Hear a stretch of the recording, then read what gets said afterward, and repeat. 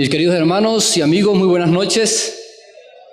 Qué privilegio encontrarnos nuevamente en esta noche para honrar y glorificar el nombre de Dios, para poder aprender un poco más acerca de nuestra preparación para encontrarnos con nuestro Dios, nuestra mayor esperanza, ver a Cristo Jesús en las nubes de los cielos. Oremos. Querido Dios, estamos aquí ante ti reunidos para abrir tu palabra y rogamos que el Espíritu Santo que la inspiró pueda iluminarnos, Señor, y que pueda grabar la verdad divina en nuestros corazones.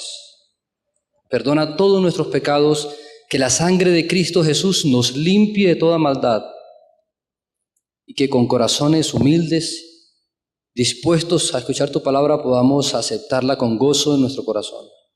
En el nombre de Jesús. Amén.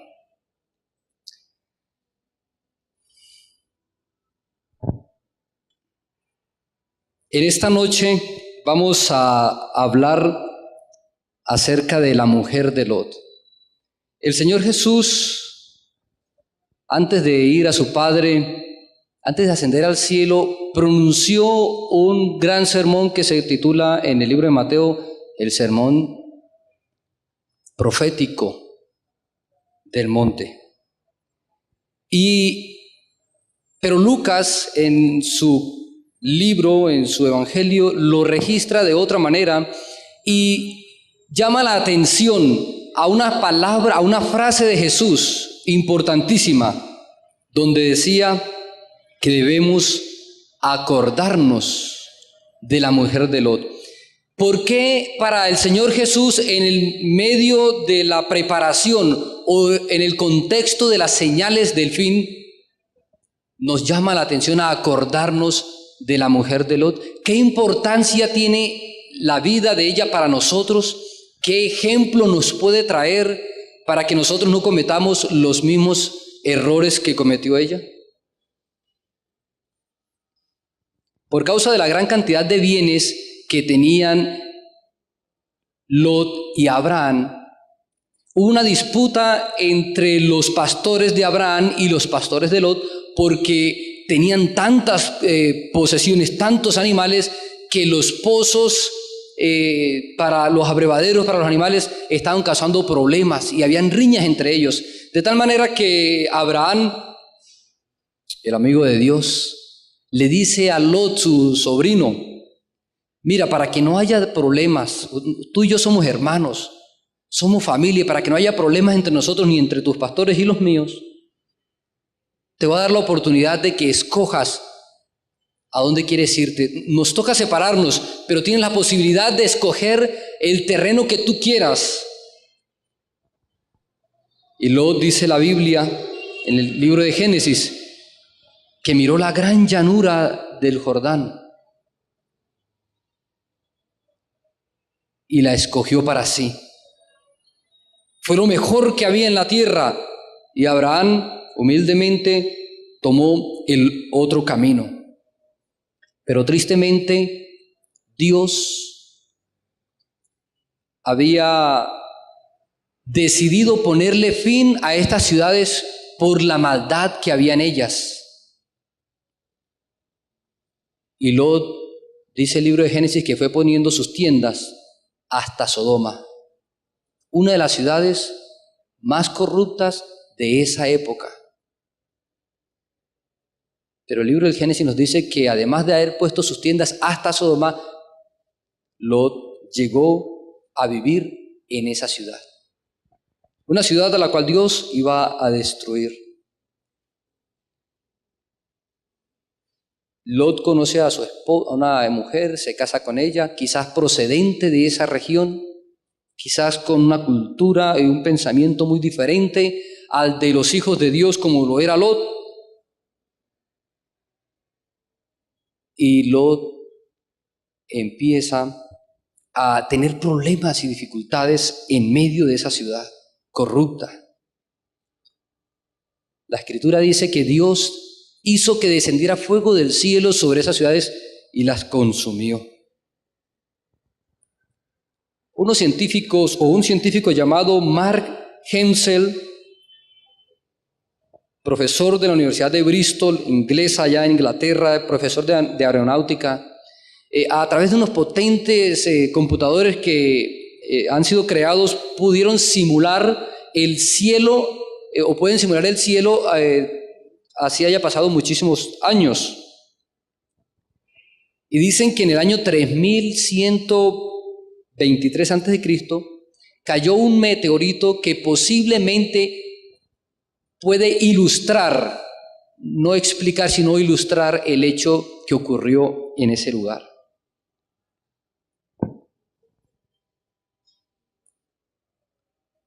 Llegaron a la conclusión de que cayó el meteorito, pegó con una montaña y luego se desplazó por todo el Valle del Jordán, causando, a través de los elementos que habían en esa zona geográfica, causando un cataclismo que destruyó toda esa zona y todas esas ciudades.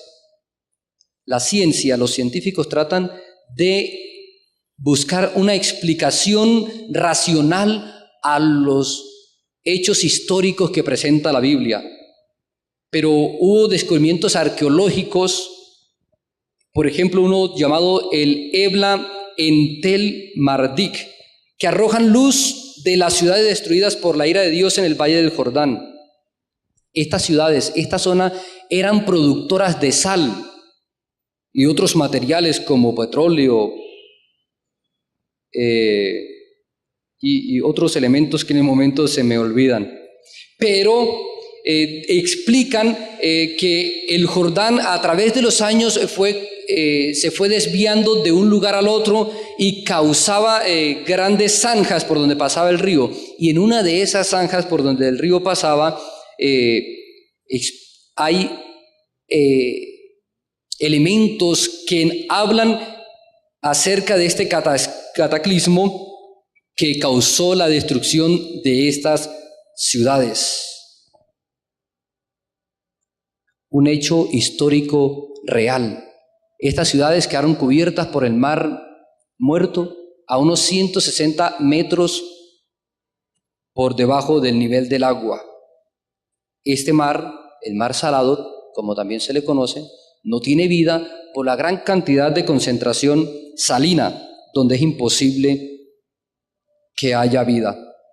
En el libro de Jueces, un rey tomó a una ciudad llamada Siquem y era costumbre que los reyes, para destruir esas ciudades y que no quedaran rastro alguno, las cubrieran con sal para esterilizarlas. Y este rey, después de destruir todo lo que había en la ciudad, dice la Biblia que la sembró de sal y la esterilizó.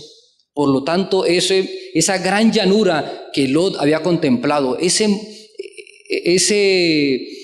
terreno fértil en el cual había puesto sus esperanzas, fueron destruidos porque los habitantes de ese lugar rechazaron completamente a Dios. Vamos a repasar cómo era el mundo donde vivía la mujer de Lot. No conocemos su nombre, pero su ejemplo puede servirnos para que usted y yo no cometamos los errores que ella cometió. Dice Lucas, el capítulo 17, el versículo 28, que esta gente tenía una vida centrada en sus propios intereses. Lucas capítulo 17, 28, porque el 27 también nos habla acerca del mundo en el cual vivían hoy.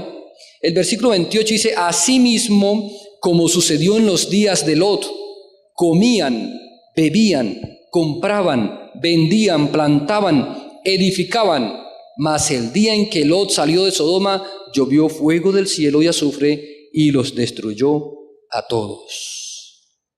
Así será el día en que el Hijo del Hombre se manifieste. Usted y yo tenemos una gran esperanza.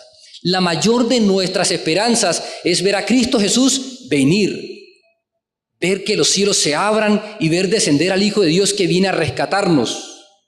Pero el Señor Jesús dice que así como en los días en los cuales vivía Lot, la gente estaba centrada en su cotidianidad, Comprar no es pecado, vender no es pecado, plantar no es pecado. Es más, nosotros debemos ser trabajadores, laboriosos. La Biblia dice que usted debe trabajar y con lo que recibe suplir sus necesidades y ayudar al que no tiene. Pero cuando nuestra vida se centra solamente en ese es nuestro objetivo principal, se convierte en una piedra de tropiezo. Nuestra profesión, por muy buena que sea, si solamente nos centramos en adquirir títulos, en adquirir recursos y posesiones y olvidamos nuestra mayor esperanza, he ahí el problema. Compraban, vendían, se casaban, se van en casamiento, pero no tenían en cuenta para nada a Dios. El libro de Ezequiel nos da otra vislumbre acerca del mundo en el cual esta mujer vivía. Ezequiel capítulo 17, el versículo 28 también.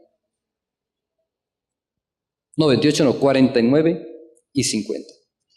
Ezequiel capítulo 16, 49 y 50.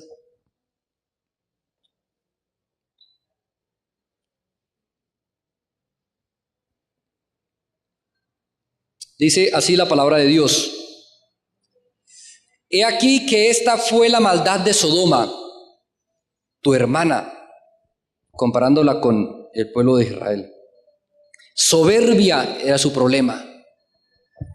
Saciedad de pan y abundancia de ociosidad tuvieron ella y sus hijas, y no fortaleció la mano del afligido. Se llenaron de soberbia e hicieron abominación delante de mí, y cuando lo vi, las quité. ¿Se parece esa sociedad a la nuestra? Nuestra sociedad es una sociedad soberbia que no tiene en cuenta a Dios. Vivimos en una cultura donde todo lo que pueda ser removido será removido, donde los argumentos científicos tratan de echar por tierra la verdad divina, pisotearla y burlarse sarcásticamente de aquellos que decidimos creer en la Biblia, en la palabra de Dios. Uno de los hombres más inteligentes de nuestra época murió hace algunos días, Stephen Hawking. Y dice la Biblia en Romanos que el hombre, tratando de ser sabio, se hizo necio. Y él dijo que el universo existe porque la ley de la gravedad existe. Y como la ley de la gravedad existe, el universo tenía que existir. Pero lo que él no me explicó, y tampoco dio evidencias, es quién creó la ley de la gravedad. La creó Dios, el sustentador del universo que con sus manos sostiene los mundos. Pero queriendo ser sabios se hicieron necios, soberbios. Aun cuando era un milagro viviente, Stephen Hawking nunca le dio la gloria a Dios, porque creía que sus conocimientos lo hacían superior a nosotros que tenemos el conocimiento de la palabra de Dios. Una sociedad soberbia, una sociedad que tiene abundancia de pan y abundancia de ociosidad, e ignoró el suplir las necesidades de su prójimo. No vivimos nosotros en una sociedad donde estamos tan ocupados en nuestras tareas que no nos importa las necesidades de los demás. Una sociedad, esta mujer vivió en una sociedad por la cual Dios tuvo misericordia.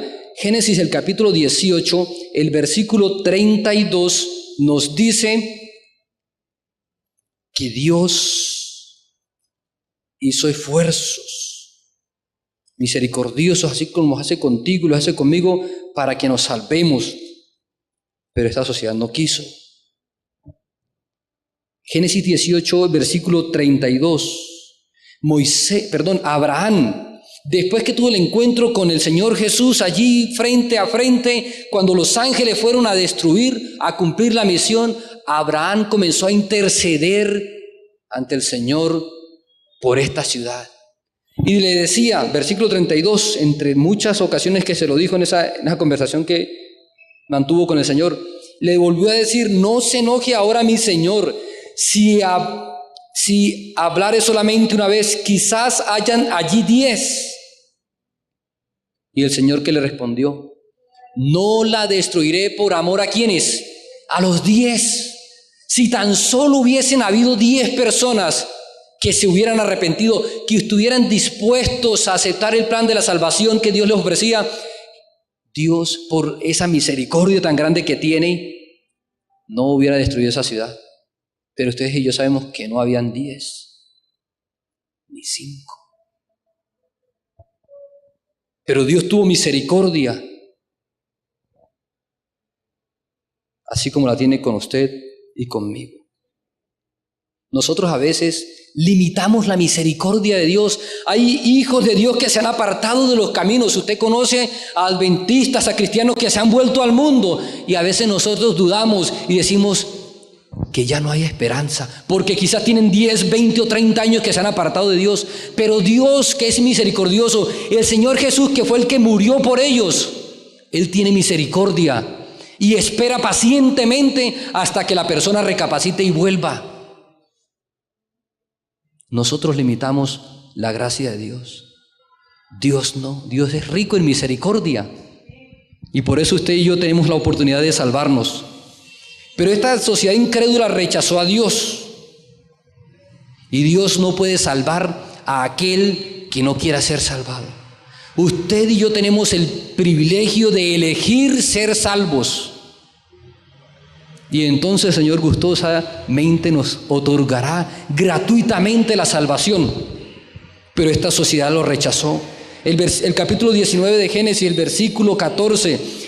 Entonces salió Lot y habló a sus yernos, a los que habían de tomar a sus hijas, y les dijo: levantaos, salid de este lugar, porque Jehová va a destruir esta ciudad. Mas pareció a ellos que él se burlaba. Incrédula. ¿Cuántos han visto que el cielo se ha abierto y ha descendido Jesús? Ninguno. No hemos visto eso. ¿Cuántos habían visto que de la generación que había descendido fuego del cielo y había consumido ciudades? Ninguno. Aunque conocían el relato del Génesis, del diluvio, lo ignoraban voluntariamente. Eran incrédulos. Hay gente que uno les predica y dicen: no, aquel necesita, yo todavía no.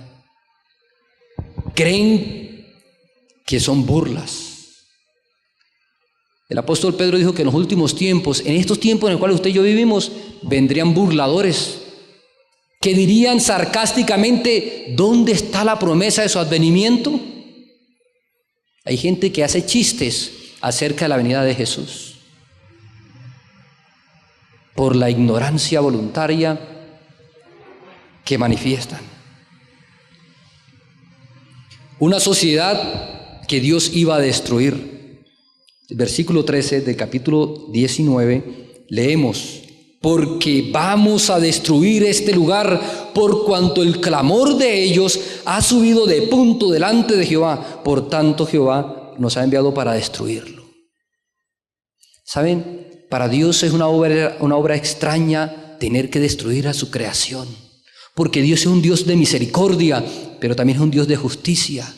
Y por el amor que tiene a sus hijos que se están perdiendo y que no quieren aceptarlo, Dios no, su inmenso amor no le permite ver que sus hijos se destruyan eternamente, se hagan daño eternamente.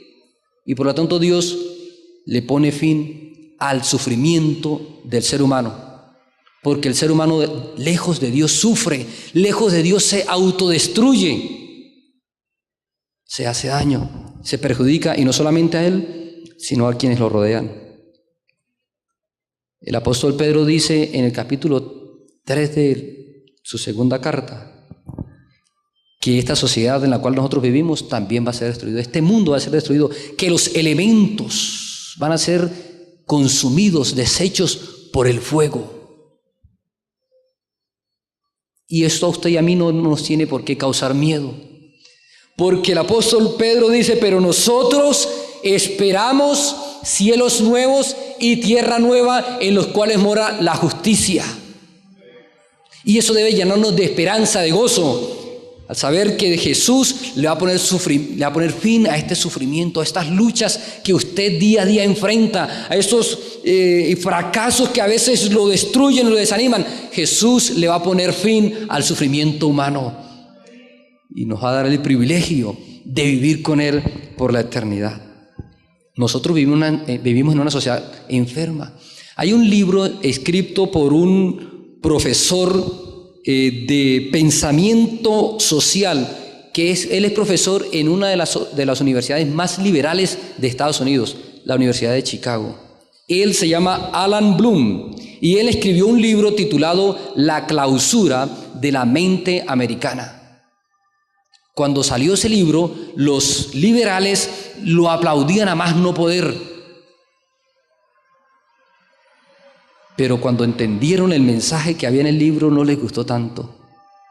Él dice esta frase en ese libro: bien pudiera ser que la locura más grande de la sociedad le parezca normal a ella misma. Un poco filosófica.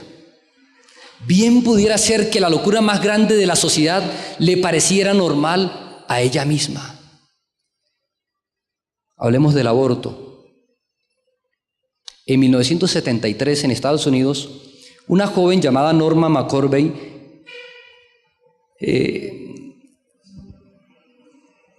quedó en estado de embarazo y ella dijo, para que poder abortar, porque en ese momento era ilegal el aborto en Texas, que a ella una pandilla la había violado y por eso había quedado embarazada. Entonces 2 universitarias recién graduadas de Derecho tomaron el caso porque ellas querían eliminar esa ley que prohibía el aborto en Texas. No recuerdo el nombre de las 2 recién graduadas, pero convencieron a Norma que abortara en vez de dar a su hijo en adopción. Norma ganó el caso, pero 5 años más tarde ella se retractó y dijo que el embarazo era producto de tener relaciones con el novio que ella amaba tanto, pero que la había abandonado. En 1973, gracias al caso de Norma McCorvey, se aprobó en Estados Unidos el aborto bajo cualquier circunstancia. Y 40 años más tarde habían muerto casi 56 millones de niños antes de nacer. Incluso en el mismo año 1973 se aprobó una ley que le otorgaba a la mujer el derecho de abortar, así sea un día antes de que naciera el niño, y lo puede hacer legalmente. Una sociedad enferma, y la sociedad aprobó eso. Bien pudiera ser que la locura más grande de una sociedad le pareciera normal a ella misma. Y el homosexualismo que se vivía en Sodoma. Ustedes recuerdan la historia que habían ángeles y que ellos iban a quedar en la calle, y Lot, como era un hombre justo, hospedador, los llevó a su casa, y los habitantes de ese lugar le dijeron: sácanos a los hombres porque lo queremos conocer. Y entonces Lot dijo: aquí están mis hijas que son vírgenes, no le hagan daño a esta gente. Y dijo: no, Señor, nosotros queremos conocerlos a ellos. Querían violar a los ángeles que habían venido a destruir la ciudad. Y milagrosamente Dios tuvo que intervenir para que estos no hicieran tan grande mal como Lot lo dijo. Hoy usted no puede hablar públicamente en contra del homosexualismo, porque es posible que vaya a la cárcel, tiene que retractarse. Y eso le parece normal a la sociedad, algo que es completamente antinatural. Y parte de ello es porque los juzgados Están juzgando bajo la norma de que la sociedad es la que está estableciendo los principios por los cuales quiere ser juzgada. Por la cultura, y la cultura no es una buena base para sentar principios que gobiernen a una sociedad. ¿Será que nos parecemos a la sociedad de Sodoma y Gomorra? Hace 15 años, en mi tierra, las personas que eran homosexuales eran conocidos. O sea, sabía que había uno en tal barrio y había otro en otro lugar. Donde yo crecí, había en ese barrio, conocí a un hombre homosexual. Le hicimos trabajo en la carpintería de mi papá. A otra, vivían una pareja homosexuales. Pero eran muy conocidos. Pero hace unos pocos años se volvió viral. Y uno no puede distinguir ya entre lo uno y lo otro. Alegando incluso que hay estudios genéticos que muestran que la queja va en la genética, y es mentira. No hay ni un estudio genético serio. Es más, un doctor de una universidad de Estados Unidos hizo un estudio de 1000 estudios. Él agarró 1000 investigaciones y llegó a la conclusión de que no hay nada en la genética que lleve a la persona a tener esa clase de conducta. Vivimos en una sociedad corrupta y a la sociedad le parece que es normal. Pero esta mujer, además de vivir en esa sociedad igual que la nuestra, tenía unos privilegios. Tenía un esposo que dice la Biblia que era justo delante de Dios. Leamos el capítulo, además de ser rico, este hombre tenía muchas posesiones, era justo. Leamos 2 de Pedro, el capítulo 2, versículos 7 y 8. 2 de Pedro, capítulo 2, versículos 7 y 8.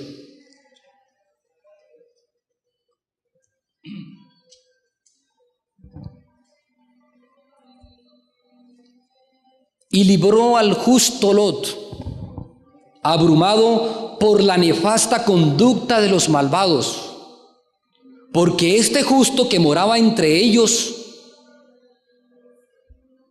afligía cada día su alma justa, viendo y oyendo los hechos inicuos de ellos. Un hombre justo que vivía en medio de una sociedad perversa. Es posible que usted y yo podamos vivir en medio de esta generación corrupta de manera justa delante de Dios. Por la gracia de Dios, por la influencia santificadora y ennoblecedora del Espíritu Santo que viene a nuestros corazones, es posible que podamos vivir justa y piadosamente en esta generación. ¿Cuántos quisieran vivir así alzando su mano? Amén. Filipenses 2:15 dice que usted y yo debemos y podemos hacerlo. Vivir, ser luminares en medio de una generación perversa. Lot era un hombre que vivía una luz, que vivía en medio de las densas tinieblas. Y así Dios nos ha puesto en esta tierra como luces que podamos reflejar el carácter de Cristo Jesús. Cuán difícil es en esta sociedad conservar la pureza sexual.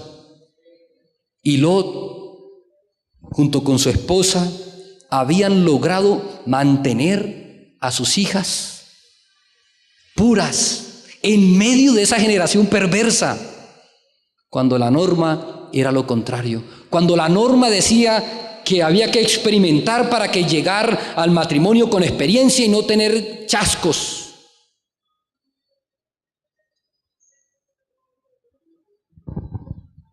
Pero a la gente hoy día le parece una locura que un joven de 18 o 20 años sea virgen, sea puro íntegramente. Le parece una locura. Pero Lot, un hijo de Dios, un hombre justo, con su influencia pudo proteger a sus hijas. La mujer de Lot era una mujer a la cual Dios le otorgó muchas posibilidades. Dios hizo hasta lo imposible para el ser humano para salvarla. Nos dice el capítulo 19, versículo 15 y 17 de Génesis, Génesis 19, 15 y 17, que Dios tuvo una intervención física divina para salvarla. Capítulo 19 de Génesis, versículo 15 al 17. Leamos el versículo 15 al 17. Y al rayar el alba, porque Lot se demoraba, Lot añoraba también el lugar, la esposa no querían irse. ¿Será posible que Dios no lo destruya todavía? No se quería ir porque sus corazones estaban aferrados a sus posesiones, por lo que tanto habían luchado. Al rayar el alba, los ángeles daban prisa a Lot diciendo: levántate, toma tu mujer y tus 2 hijas que se hallan aquí, para que no perezcas en el castigo de la ciudad.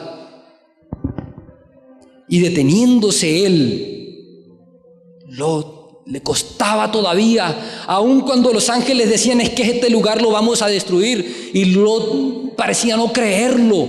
Su esposa quizás le decía: amor, pero mira, por todo el tiempo que hemos vivido acá, ni no ha pasado nada. Mira todos los años que nos hemos esforzado por tener estas posesiones. ¿Cómo las vamos a abandonar así? Y Lot deteniéndose, los varones lo agarraron de su mano y de la mano de su mujer y de las manos de sus 2 hijas. Fueron tomados por la mano y sacados casi que a la fuerza, porque se demoraban en salir. Dice el versículo, sigue diciendo: según fueron tomados de la mano, según la misericordia de Jehová para con él, y lo sacaron y lo pusieron fuera de la ciudad. ¿Por qué los tomó Dios de la mano? ¿Porque Job era justo? No. ¿Porque su esposa era justa? No. ¿Porque sus hijas eran vírgenes? No. Dice el pasaje que Dios los sacó milagrosamente por la misericordia de Jehová. Y es por la misericordia de Dios, dice el profeta Jeremías, que ustedes y yo no hemos sido consumidos. Es por la misericordia de Dios que usted tiene la oportunidad de ver la luz de un nuevo día. Es por la misericordia de Dios que tenemos el privilegio de respirar todavía. Porque Dios nos otorga oportunidades en cada momento. Quizás físicamente no has sentido la mano de los ángeles que te toman, pero hay un conflicto entre el bien y el mal, en los cuales los ángeles, dice el libro de Hebreos, el capítulo 1, el versículo 14, que son enviados los ángeles para ministrar a aquellos que han de heredar la salvación, para ayudarnos a tomar decisiones, para esforzarnos, para empujarnos, para darnos una mano en el momento necesitado, para poder grabar en nuestra mente la verdad divina y podamos nosotros entonces ser fortalecidos para decidir. Pero esta mujer, a pesar de que era posible vivir de manera justa en medio de la sociedad, a pesar de que tuvo privilegios, de que Dios mismo enviaba a sus ángeles para que la tomaran de la mano y la sacaran, esta mujer fracasó. ¿Por qué fracasó? Génesis capítulo 19, versículo 26.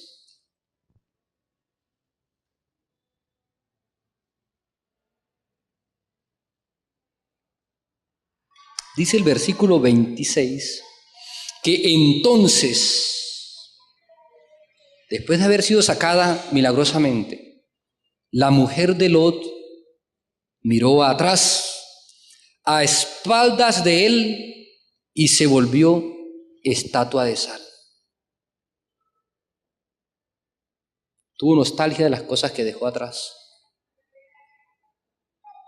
A veces las cosas de este mundo nos fascinan tanto que nos es imposible dejarlas, que aun cuando milagrosamente Dios nos está invitando a que aceptemos el plan de la salvación, nosotros nos seguimos aferrando y al igual que Lot, nos demoramos en tomar decisiones que afectarán el destino eterno de nosotros y de quienes nos rodean. Si Lot tan solo hubiera salido más rápido, quizás su mujer se hubiera salvado.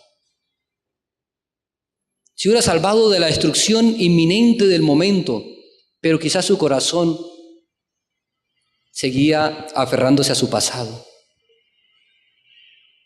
¿Te cautiva algo de Sodoma? ¿Hay algo en el mundo que te cautiva, te llama la atención poderosamente, que te impide tomar una decisión por Jesús? ¿Hay algo en este mundo que te está atando? ¿Hay redes que el enemigo nos echa encima para evitar que podamos tomar decisiones? Pero los ángeles de Dios son enviados para ministrar a quienes hemos de heredar la salvación, los cuales disiparán las tinieblas de nuestro alrededor para que usted y yo podamos ver entonces a Cristo Jesús. Miró hacia atrás. En la medida que perdemos la visión, comenzamos a mirar para atrás. En la medida en que usted y yo empecemos a perder el objetivo de nuestra vida, que es encontrarnos con Cristo Jesús cuando Él venga por segunda vez, en la medida que perdemos esa meta que nos hemos propuesto, empezamos entonces a mirar para atrás. Aún estando en la iglesia, nos puede pasar. Por eso el Señor dice, acordaos de la mujer de Lot. El apóstol Pedro dijo que esas ciudades, ese castigo fueron puestos como ejemplo para nosotros que hemos de vivir en los últimos días. La visión del propósito de Dios se puede perder. La salvación no está garantizada por un bautismo o por asistir a la iglesia. Esa teoría de que una vez salvo, siempre salvo, no existe. Jesús dijo en Mateo 24:13, mas el que persevere hasta el fin, ese será salvo. Es necesario perseverar, es necesario comenzar a caminar hacia adelante y hacia arriba, no quedarnos estancados. Debemos salir disparados de los lugares que nos apartan de Jesús. Debemos colocar nuestra vista en Jesús, quien es nuestro autor y consumador de nuestra fe. Pero el versículo 26 dice que miró atrás a espaldas de Él.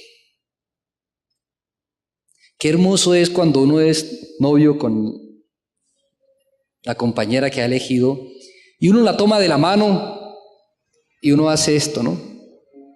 Y caminamos juntos de la mano. Quizás en algunos tiempos se agarraban de brazo y caminaban juntos felices, porque era agradable tener a la persona cerca de uno, saber que estaba allí.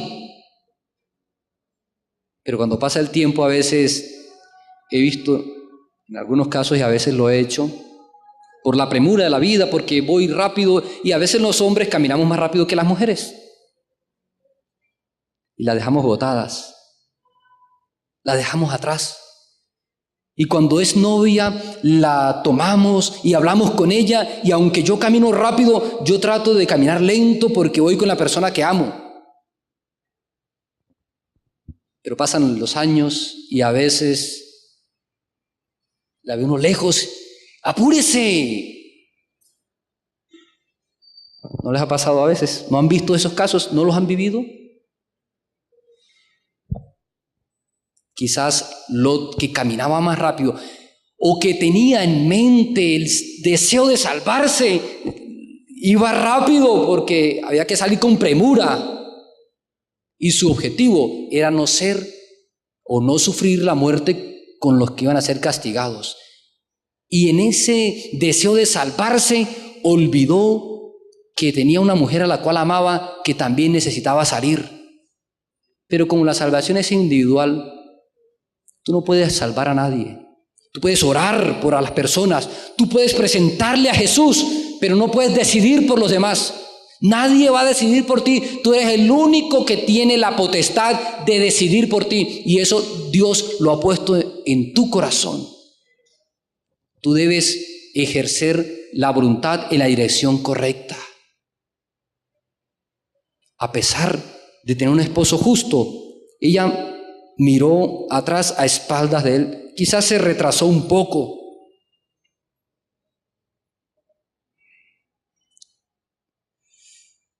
Cuidado con mirar atrás, con ir muy atrás.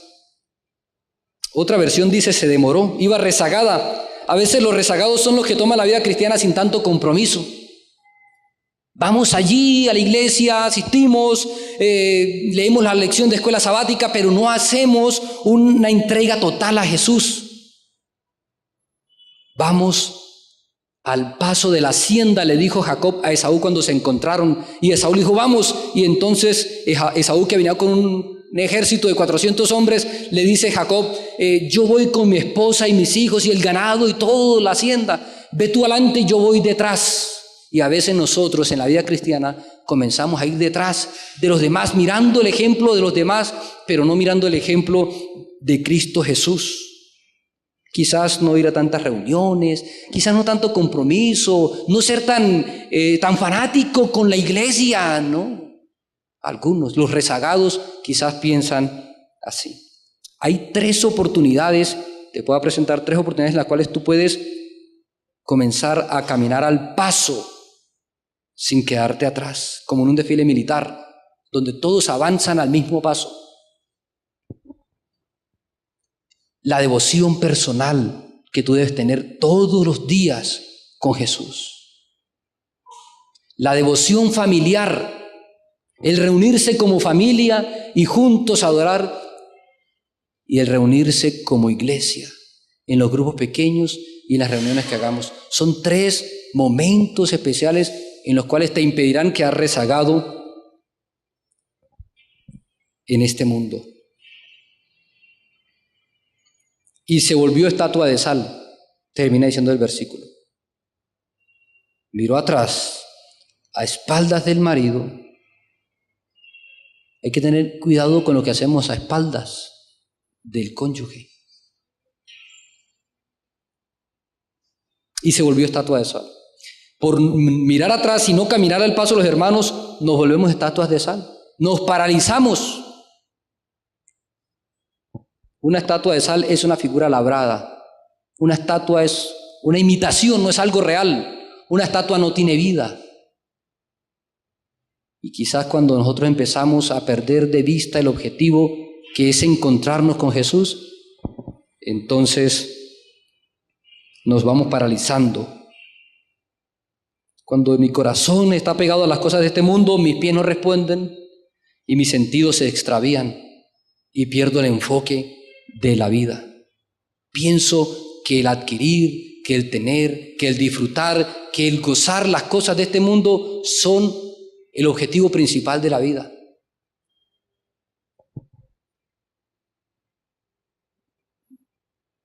Un amigo